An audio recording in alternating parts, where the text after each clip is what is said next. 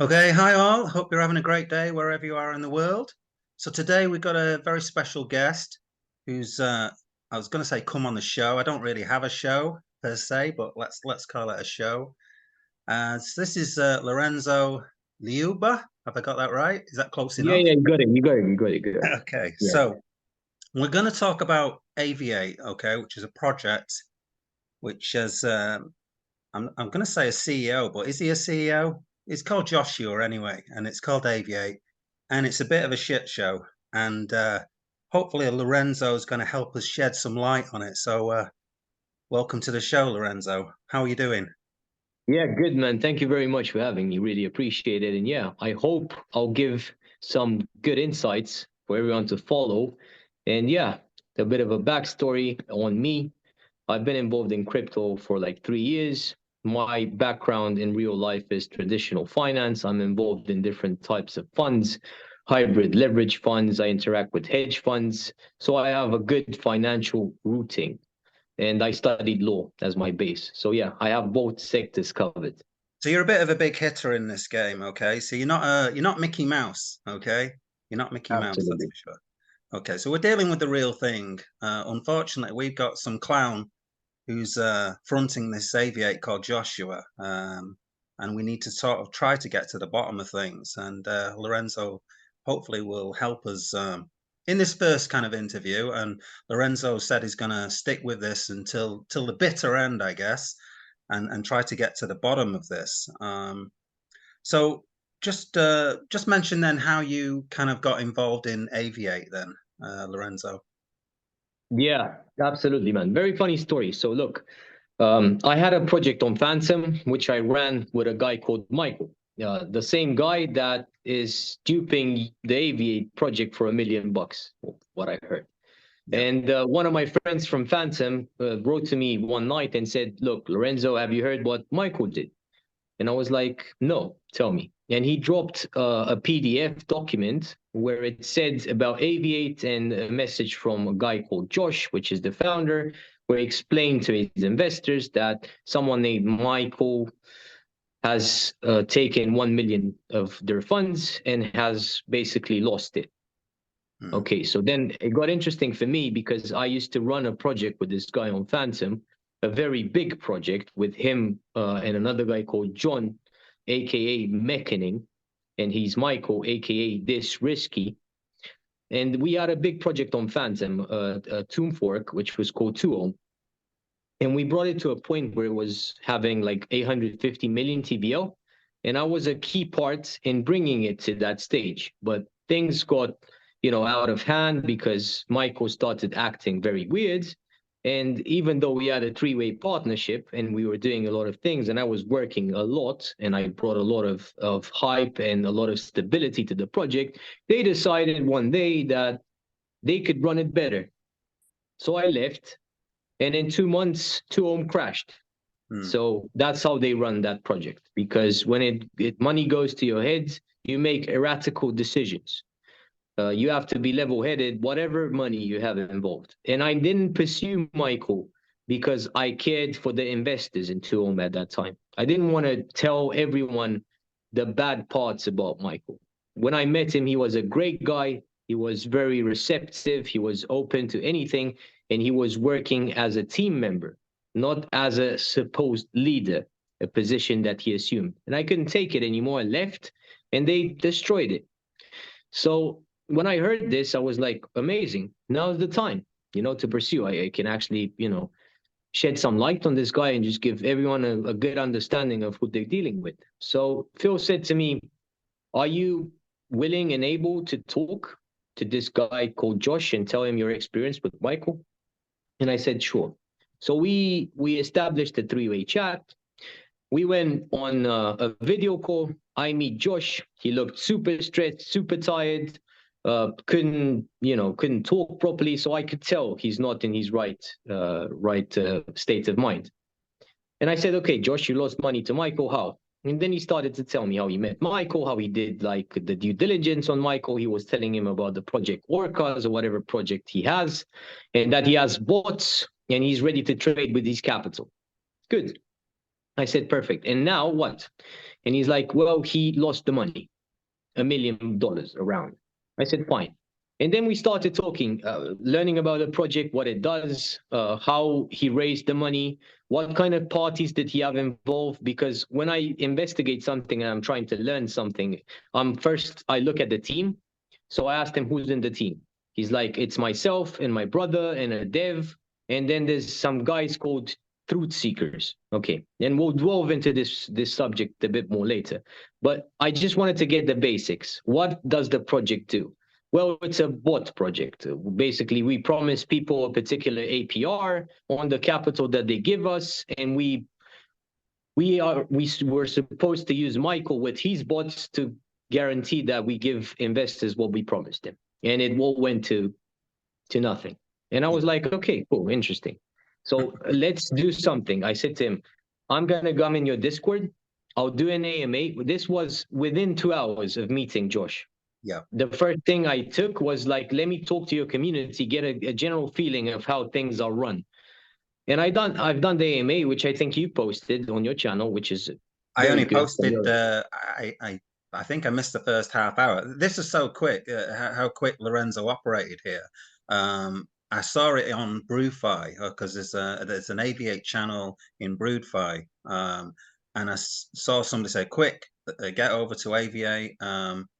There's an AMA on with this guy called Lorenzo, and you know, because it all happened so fast. There's normally with this kind of thing, it's like, oh, we're going to do an AMA in sort of 12 hours, but you just got on with it kind of thing, and so I missed the first half hour or so, but I did upload a second one where we missed the first 5 minutes, so we still didn't get it all, but yeah, that was interesting, yeah. Absolutely. And I said, like, I'm a man of action. When I see things that are going wrong, I want to take action now because I don't prepare for anything. Life, you need to be prepared for any situation in life. If you prepare, the more you prepare and more you think about it, the worse outcome you will have, especially in Web3. So we did the AMA. I talked to everyone, and I told them specifically, me and one of my friend from Phantom, we told them, keep the chats open. I said, let investors vent, stop banning people from your community, stop muting them, and stop doing what you're doing now because it's not good. This is not community management. This is basically, you're like a dictator. They can't say anything. If they say something wrong, you just ban them. It's not good. This is not how you should run things. And he said, yeah, fine, I'll leave chats open and I'll let you talk to them, which I started doing. Like I address their questions. I start typing in replying in the general chat. And after that, an hour passes after the AMA, chats are closed. Okay, cool. I go back in the Discord with him and I said, Josh, why are the chats closed? Again, I said, leave them open. I'll talk to them. You take a break, come back tomorrow with a fresh mind. He's like, well, some of my friends, my parties have told me to close chats. And I said, Josh, who told you to close chats? And he's like, truth seekers. I said, okay, so I asked you specifically, and now I started to deep dive into truth seekers. I said, who are these people? And he said, they're an auditing firm. I said, why is an auditing firm telling you how to manage your community, Josh? Because you are the dev, the whatever you are, the community lead, the founder. You need to take action, not someone else gives you instructions on how to run things. That's why you're the face of this particular project. And he's like, well, it's better to keep the chats closed because they need to calm down. I said, when you close chats, no one's going to calm down. That's the worst thing you can do. Like, they can swear at you, they can tell whatever they want to say because they're entitled to do it. You messed up, right? Own up to it, be a man, and open chats. No, they told me not to, so I closed it till we find a solution and we give them like a roadmap of what's going to happen, like step by step. I said, how long is that going to take? No reply. And it got to a point where I tried to, like, without any form of interest, I came in here, I spent my time trying to educate him, me and my friend from Phantom, on what to do step by step and how he can turn around this thing. And we're not getting straight answers from this guy, just dodging questions. And then why do you think then we're not getting straight answers from Joshua? Look, if I look at the timeline of Aviate, how long did it take Josh to actually come up with that PDF? Months. Months. it took him months to bring up to you guys, to the investors, what already happened months ago. Yeah, yeah, with the money, yeah. So now we're in the same position because he raised 1.6 million. Yeah. He lost to Michael almost $1 million, 900,000, $1 million. Yeah, I think the sum is 900,000. So as I'm not an actual investor, I'm just a YouTuber sort of tagging along. And obviously you're not an investor. You've got no skin in the game. I've got no skin in the game. But we feel for these investors. They're sat in the dark, as it were. They can't chat. So we feel for these guys, and we're trying to kind of help them out. They've put in 1.6 million. Joshua gave 900,000 to Michael. Yes. But there's still 700,000 kind of unaccounted for as such. So, we kind of want to get to the bottom of that. If 900,000's gone, there's still 700,000 floating about. And as you've said, and you've run projects in the past, 700,000 is a big chunk of change that you could do lots with. Absolutely.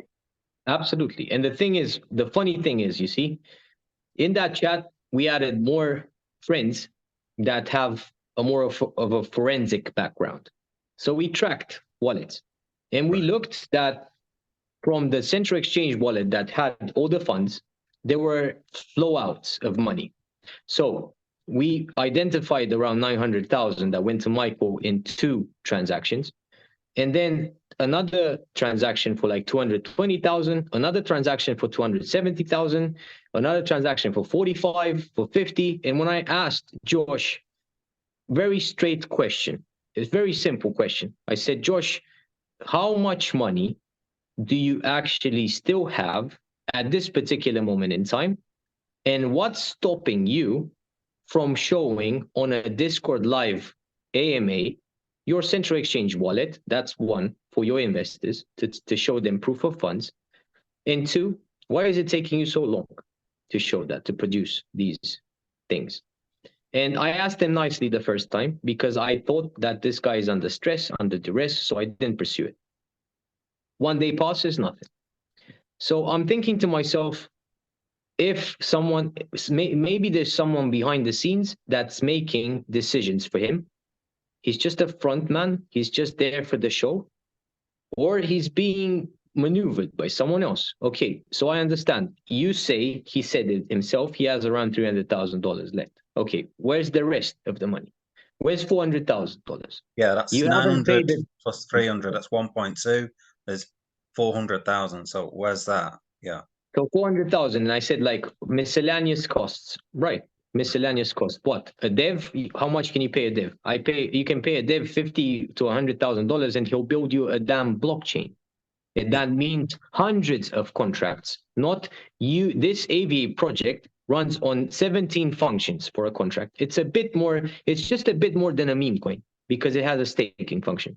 And apart from that, there's not a lot of engineering to be done, engineering hours. So even if you pay the dev whatever, you overpaid him, there's still a lot of money left. So where's the rest? Is it marketing? How much marketing can you do with $300,000, $400,000? You can even have Kim Kardashian show your project for that kind of money, right? And Absolutely. what I'm looking, when I'm seeing and what I'm looking at, it's just a couple of influencers, some with bigger audiences, some with smaller ones, but for certain, they don't charge BitBoy money. No. And even BitBoy doesn't charge BitBoy money anymore. Yeah, exactly. BitBoy used to charge 40,000 when he was at his peak. So you're talking about the peak of Web3 YouTube influencer charging $40,000 for an AMA. How much can these people charge you? Yeah. So my real question is, I don't understand what's happening with the funds. I have not seen proof of funds, and I got upset. So I send him messages again in the Discord, and I said, look, you need to take accountability today for what you've done because you're at fault. And he goes to me, I'm not at fault. It's Michael's fault. So he's divesting the fault to someone else. And the only plan he has is to chase Michael for the money, things that take years to do. And by that time, I can guarantee you there's going to be no money. Yeah. There's going to be absolutely no money because this is a cross-border chase. He says he lives in Australia. Michael lives in the US. It's different legal system. It's a different mechanic. It's a minefield. Exactly. So I'm thinking to myself, you stop chats and give some vague roadmaps and give some fake, like bad announcements just to buy yourself more time. Buy yourself more time to do what? To just hope that all these people lose interest in you and just take the L and move on. Because what I'm seeing in the past is these truth seeker guys, or whatever they're called, have been involved in different projects as an auditing firm. But at the same time, they have a mechanic where they invest in these projects as well. Now, it's a fact, this is a fact, that most of these projects, I think all of them, have not been successful. And that's a fact, right? Yeah. So the one thing that they've done for Aviate is just make an announcement where they pointed the fingers to Michael. It's Michael's fault. Yeah. But in the process of due diligence for Michael's accounts, who was involved? Was it not you? So you've done a bad due diligence, and now you're pulling out a bad actor on a mistake that you've done. So basically, we're reverting to a meme. You know, the meme is mistakes were made from a wallet I controlled. Yeah. And the money wasn't mine, it was yours. So I'm sorry, but I can't own up to it. I'm just going to say someone else is at fault, not myself, because he forced me to click send. He was sitting next to me and I had nothing else to do but to send him the money because my life was threatened. You know, that's how it sounds like, which is absolutely not the case. Yeah. So we just basically need to tell Joshua, if he's watching this, that he, although he hasn't got a, well, it's kind of worse for Joshua, I'd say. You're the legal guy on this, but I would say that because he hasn't formed a limited company, that he's effectively personally responsible. Liable. Yeah, he's personally. So this is just me and you, from my knowledge of things. I've set up limited companies and stuff before. If you don't set up a limited company, you are personally, so I'm kind of talking to you, Joshua, here. You are personally responsible. You are personally liable for this money that's gone missing. Okay. The money that you've sent to Michael, 900,000, you are personally responsible for that money. Would you agree, Lorenzo? As the project lead, as the project face, and the one that initiated the transfer, yes, he is responsible, because Joshua, this is the way they. If you're watching this, you need to, you need to wake up. You need to smell the coffee and get out of your basement. Absolutely, I told you, it's the one thing that he has to do is to take accountability and take it fast, because you are also in the wrong as accomplice. Whatever you had in the backgrounds, there's still traces of what you've done. There's still DMs that have been sent. Even if you have not publicly doxed yourself with a name, there's plenty of videos and plenty of evidence for someone to find you legally find you. And investors that have lost 1.6 million, I'm sure they can chip into a fund that's going to do exactly this: hiring an investigator, hiring a lawyer, letting the authorities know that this has happened. And then in a court of law, whatever you'll be in, you can't say I'm not at fault. When I portrayed myself as the lead of this project, I portrayed myself as the one receiving all the funds, which I did, and then sending money to a third party that I did a proper due diligence with another third party. So now we have two third parties, maybe more. And now all you're doing is you're divesting your responsibility to other third parties, because you can't say I'm at fault because I've done it myself. You clicked the button to send the money. You've done due diligence with someone else on this guy. You came to the conclusion that things are good, maybe Michael, indeed, maybe he misrepresented the case and showed you fake data. But that just means that you haven't done enough due diligence. Maybe if you scrolled down and you looked at the overall balance of the account, which you maybe did later, you would have realized that he's a negative trader. And he's trading probably personally, not with bots. So Yep. you based the project on a bot that maybe never existed. You Yep. didn't produce it. With 1.6 million, and I'll tell you a fact, you could have created an amazing bot. You would have needed maybe 50,000 at most to create a custom bot that trades realistical APRs. Yeah. So what are realistic APRs? So in the run up to this event, we had various YouTubers. So Lou Coelho, who's truthseekers, and was promising, or I'm going to maybe not say the word promise, but he was putting 30%. He's bandying around percentages such as 30% a month, i.e., 1% a day. So what do you think about those kind of percentages? I mean, Joshua said he didn't say 30%. He said, I think, 10%. Okay. So realistically, those percentages, what do you think about those kind of percentages, Lorenzo? I don't know if you're familiar with this term. It's called fugazi. Mirage. It's something that's not real. If you're involved in a hedge fund, and hedge funds have the best bots in the world because they have the most capital, look at their returns. It's impossible, because to produce 1% a day, you need to dominate the particular coin that you trade, and you need to move it the way you want. So when you put sell orders and buy orders, they need to be that big that the market gets scared and sells, then you buy back, or whatever the course of action might be. You need to control a token, and you're in no position with $1 million to control Bitcoin, Ethereum, or any other blue chip token. The only thing you can do is set up a bot that has volatility and has risk profiles that can put you in a position to do that. But a realistical APR for a bot project that's sustainable is anything from 2% to 10% a month. And 10% is a stretch, because crypto markets are so volatile compared to stock markets that a token can dump and then liquidate your position. And when that happens, your bot will be in a chase mode.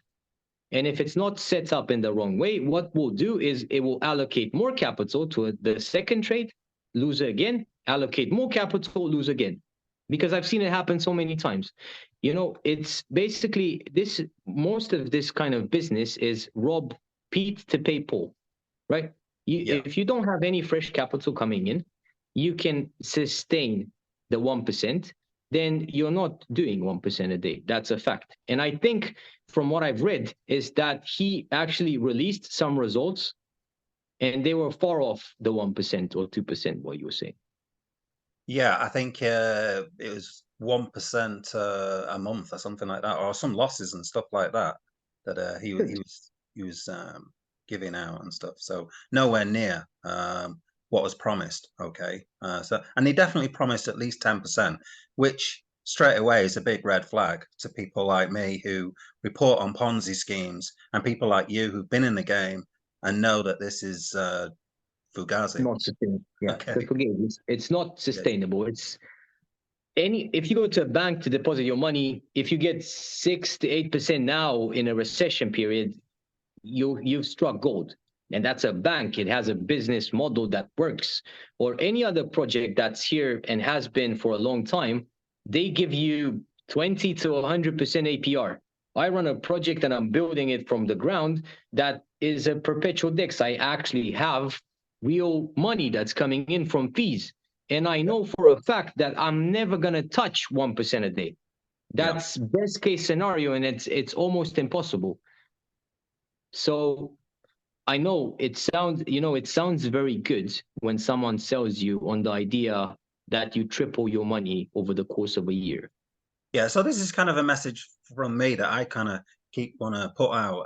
I mean, I keep on reporting on individual schemes, which I think are Ponzi schemes. I did one yesterday, which was offering 1% a day, and just totally ridiculous. And then I've got people in the comments saying, "Oh, I was waiting for you to make a review of this." I mean, I'm thinking, why do I need to make a review of this? Look, open up your eyes, open up your brain, think about this for 1 second. 1% a day, it's unsustainable. Whatever it is they're offering, it's complete bullshit. All right, they can't sustain that for a year. Maybe they can do 1% for a week or something like that, or whatever. It's unsustainable, and people just need to realize. So that's the one kind of message that I want to get to people. People need to stop being greedy. All right, forget the 1%.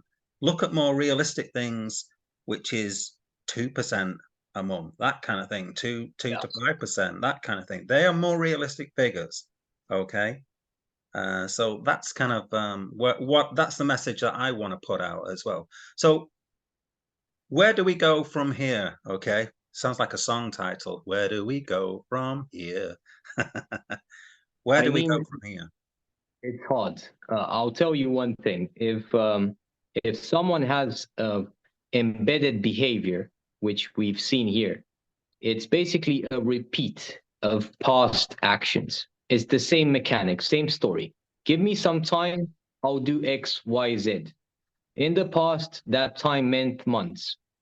Probably this time, based on what happened in the past, it's going to be the same story. I told him, Josh, your investors need an immediate remedy, not a wild goose chase for money that will not exist in 2 years once you finish with Michael, or you think you finish with Michael.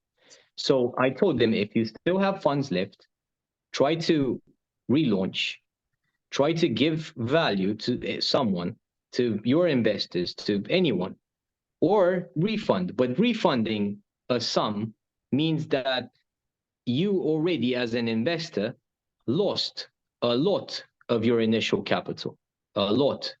So under his leadership, I do not think anyone is ready to stick around. Yeah, there's no way. Having talked to many of the people in Discords, I mean, we've even opened up a other Discord. I don't know if Joshua knows that. I'm not going to say what the Discord is, but there's a Discord called well, I'll call it Aviate Watch. It doesn't matter. You won't be able to get in there, Joshua. But there's over 100 people in there. Okay, and that's how bad things in Aviate got, that we had to open up a new Discord for people to vent in there and also discuss the way forward. I forgot what I was going to say then. But yeah, so nobody's going to trust Joshua in this. Not a single. Joshua's in La La Land. Okay, if he thinks he's going to take this forward, Joshua needs to hand over any funds over. And as Lorenzo said, if a possible solution would be to start up again under new management, okay, and take things from there. But there's no way hell would have to freeze over before Joshua takes over anything. Nobody would trust Joshua with a £10 note, a €10 note, a $10 note going forwards. Okay. So if you listen to this, Joshua, forget it. If you can get some money out of Michael, then great. But if you've got some money, if you've got 300,000, which you say you've got, you need to hand it over as soon as possible. Okay. Save some face. That's what we're saying here. Save some face. If you could hand over $300,000 to the investors, I think a lot of the investors would actually thank you for that. Okay. And maybe not say such bad things about you behind your back, or even in front of you, to be honest with you. A lot of people would think, you know what, he's come good if you give over 300,000. I think most people would be amazed if you gave over 300,000 to a new project that they could get their teeth into. So that's Yes. that's a shout out to Joshua. If you can do that, kid, you're only 22. If you can do that, a lot of people will be very thankful. But if you don't do this, if you don't play ball, people are going to come after you. All Absolutely. right. And it might not be with lawyers. Okay. You can read into that whatever you want, all right? But a lot of people have written off this money, and a lot of people would like to see you go to jail, all right? And you're only 22. Start thinking about that. You're young, you're 22, you've made a big fuck up, right? I can swear on my channel, all right? You've made a huge fuck up, but you can put something back, all right? You can give something back to these investors that you treated like shit, quite frankly. And you can start off with opening the chat. That would be pretty useful. Okay, so that's kind of what I wanted to say on that. And so this is kind of, I think we're going to sort of wrap it up here. Lorenzo can sort of say what he wants if he wants to at the end. But we will definitely come back to this. Okay. Absolutely. So I don't know if you Yeah. want to add anything to Lorenzo. Yeah, absolutely. When I met Josh, you know, when you meet someone new, you don't take anyone's word for it. You need to convince yourself of that person. So I've been in this group chat with him for a couple of days, and I'm already at my end point. It's a person that I cannot collaborate with, because when I am involved in anything, I give immediate solutions and immediate actions. I don't delay because I don't like delaying, because at the end of the day, it's someone else's money that I'm responsible for. So my only, concern is, why would anyone not produce something that's so easy to do, like showing proof of funds? Why would anyone listen to third parties? There's these two questions that linger in my head. Yeah. And when I look at the whole process, my say would be this: they need to come forward in a video, him, truth seekers, everyone else that had a pivotal role in this project, and say black on white what exactly is happening. Because an announcement from their end is not enough, because things are easy to find out and your involvement is easy to find out. Come forward, talk, because that's what your investors need. They need to know who runs things and how and why. Because this, to me, looks like some third parties got involved and they just want to put it under the rug. So Yeah, everyone forgets and they move on with whatever they have to do, collect more money. Yeah. Collect more money, because it's easy to see and it's very easy to spot. Blockchain doesn't lie. There's many things that link. They are linked. Involuntarily, you guys are linked. And if you're linked, you have to take some form of responsibility and just say it.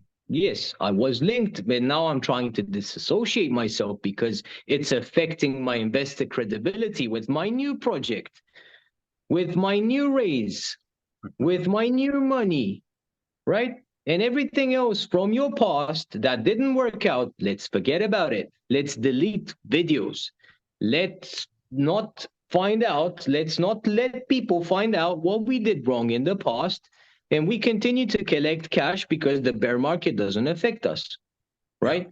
And Josh, for you, if you are 22 and you think that you know all of it, life will teach you so many lessons, and you, by the way you're going, you're going to learn them the very hard way.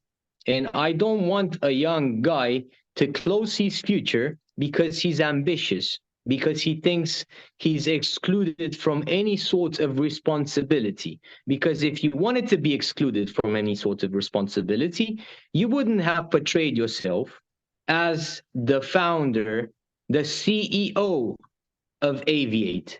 You would have said, I'm just a guy, I'm a community mod, I'm just here as a third wheel, I'm helping out. You could have said that, but it's not true. You came in spaces, you came in AMAs, you portrayed yourself as the guy, the next big thing, the next bot project. And, it didn't take you long to just burn a lot of money. Yeah. Very impressive. It's very, absolutely, very impressive. So yeah, I told you, this is one part We're gonna do more. I'm just curious if there's gonna be any reply. If there's not gonna be any reply from no one, you know what's gonna happen next? There's gonna be a forensic investigation. Yeah. And into the blockchain, everyone's free to do it and compile information and just show it. Everyone's free to do it. Everyone's free to voice their opinion if their opinion is based on facts.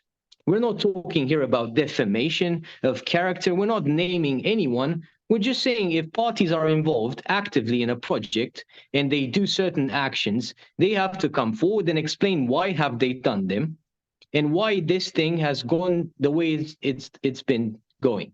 Yeah. And that's it. End of story. And I'm not scared to talk facts. I never will be scared to talk facts, and I'm never going to be scared to name people. If you want to battle with the real fund money, you got yourself the right opponent.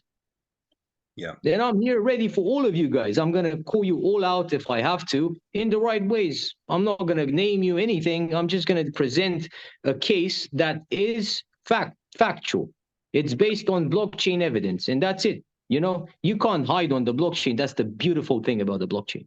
Yeah. No one can hide. And if it ties up to like ENS names and stuff like that, maybe you know an ENS name that leaves some traces in contracts, then you guys know what I'm talking about, right? So yeah. So those people who we've been talking about, truth seekers, it'd be great if they would actually come forward. You know, they push this project so much. It'd be great if they come forward. Let's talk. Let's have a civil discussion, if that's possible. Me and Lorenzo are up for that, I'm sure. It's whether you guys are up for that. So far, we've had a lot of stony silence. It's not good, guys. It's not good. $1.6 million of investment money has sort of gone west, and we need to get to the bottom of this. All right, so I'm going to end it there, but this is just the first part. We're going to have many chats and discussions about Aviate, I'm sure. So thanks for listening. Like, subscribe, and the usual shit, okay? Absolutely. Put your comments in the bottom, okay? Put your comments, what you think in the bottom. I always enjoy your comments. Good or bad, I don't care. Whatever you want to say. It's a free country. You can call me a piece of shit if you want. You can call Lorenzo a piece of shit if you want. Absolutely. He doesn't give a shit. I don't. Absolutely. Never did, never will. Yeah. All right. So it's been a great, thanks very much, Lorenzo. Been a great discussion. And I'm just pleased that one of us made the effort to dress up. Yeah, well, look, man, it doesn't matter the way you look. It's the same. At the end of the day, you know why people should subscribe to you? Because you're impartial. You didn't buy into this project. You're just here to give the real voice. That's it. And it's same for me. I don't have any vested money, interest, no vested money, nothing with this project. It just feels bad to me that Michael's done another one and he's found the right partners to do it. Yeah. Right. Okay, we're going to end it there. Like I said, this will run and run, no doubt. Okay, so thanks very much for joining us, guys, and hope you have a good night, good day, wherever you are in the world. Be safe.